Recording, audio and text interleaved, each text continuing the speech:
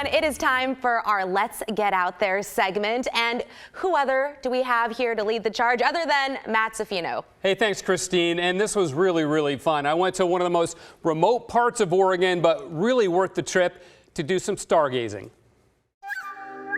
Rising from the rangeland of Lake County in south central Oregon stands the prehistoric ramparts of Fort Rock. Made of volcanic sediment called tuff, the rimrock formed when a volcano erupted under the waters of an ancient lake, which gave this arid county its name. Between the widely spaced ranches and geologic wonders, there's not much else out here, making this the perfect place for a dark sky sanctuary. We don't have a lot of people. We don't have a lot of light pollution. We have wonderful night skies. And then connecting that with the work that Dark Sky does, the Dark Sky Places program worldwide has really accelerated. Before it gets totally dark, Jeannie D'Agostino, a guide with Wanderlust Tours in Bend, educates her soon-to-be starry-eyed guests on the local geology. Now imagine that this was just a full circle with the crater in the middle. Slowly, over time, that tuff ring, which tuff is that volcanic ash, it's super compressed. As the sun goes down, the headlights come on, but in a red light setting, so our eyes don't have to fight bright light. So our drinks are going to be a hot chocolate with the option to add some hazelnut espresso vodka from Crater Lake Spirits. After snacks and beverages, we take in the night sky. Even before the western horizon is totally dark, the Milky Way comes blazing into view. We even got a glimpse of comet Atlas Sushinshan that was visible in September and October over the western edge of the Fort Rock monolith.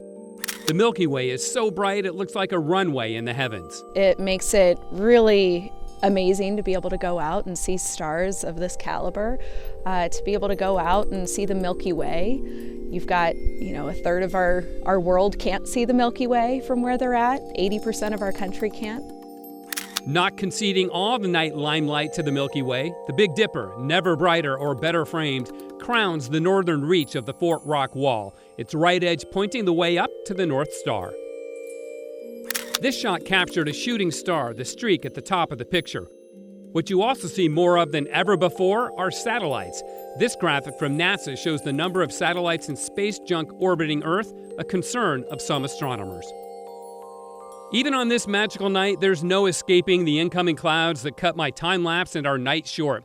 But future opportunities are as great as the size of the Oregon Outback Sanctuary, which has a chance to grow even bigger. For Harney and Malheur counties to come in as well. Think Steens Mountain, think the Hawaii country, think Malheur, all those other places. The door's open. There's just a certain amount of community government work to get the counties on board. This NASA satellite image shows that south central Oregon is one of the biggest areas in the country with a lack of man-made light. The Oregon Outback International Dark Sky Sanctuary now stands at 2.5 million acres. There's enough wide open space in southern Oregon to make the sanctuary as large as 11 million acres. Go out there with a red light and enjoy it. Take time to experience it with friends and also take time to experience it on your own because it can be a really personal and impactful experience. That was seriously so cool. Okay, so you guys were all wearing those little red lights. Right, the red headlamps. And a lot of headlamps most these days have a red light setting. And it's because if you put on the white light setting, then you'd be dilating your eyes and blowing everybody out with white light, and then it'd be harder to see the stars because it would take time for your eyes to adjust. So with the red light setting, you can still see what you're doing, but it doesn't make it so bright that your eyes have to dilate and readjust to the light. So that's why we wear those red headlights. And another thing about this dark sky sanctuary, first in Oregon, and it didn't just happen overnight. As I said in the story, they had, I think, 11 different agencies that all had to come together, come up with a lighting plan, all of that. I think they're helping the local communities change their lights out so they're downward pointing and not causing a lot of light glow and light pollution.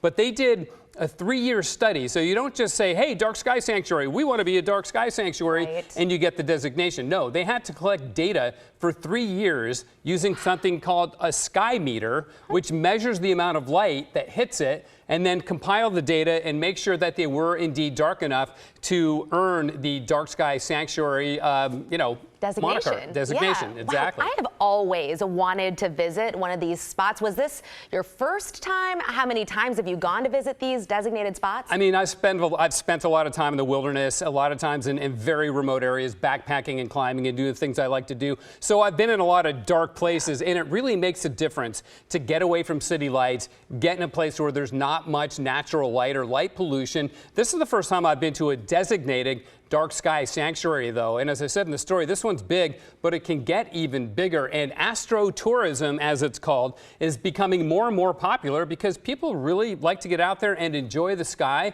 It's just, so amazing to sit there and see. It's like, wow, I never knew the Milky Way was that bright, or that star, that comet, or whatever. So it really is a special thing. Oh, that is so cool, and I'm so happy you got to experience that. I know you guys were all gathered around with like the adult beverages and yeah, and that was courtesy of.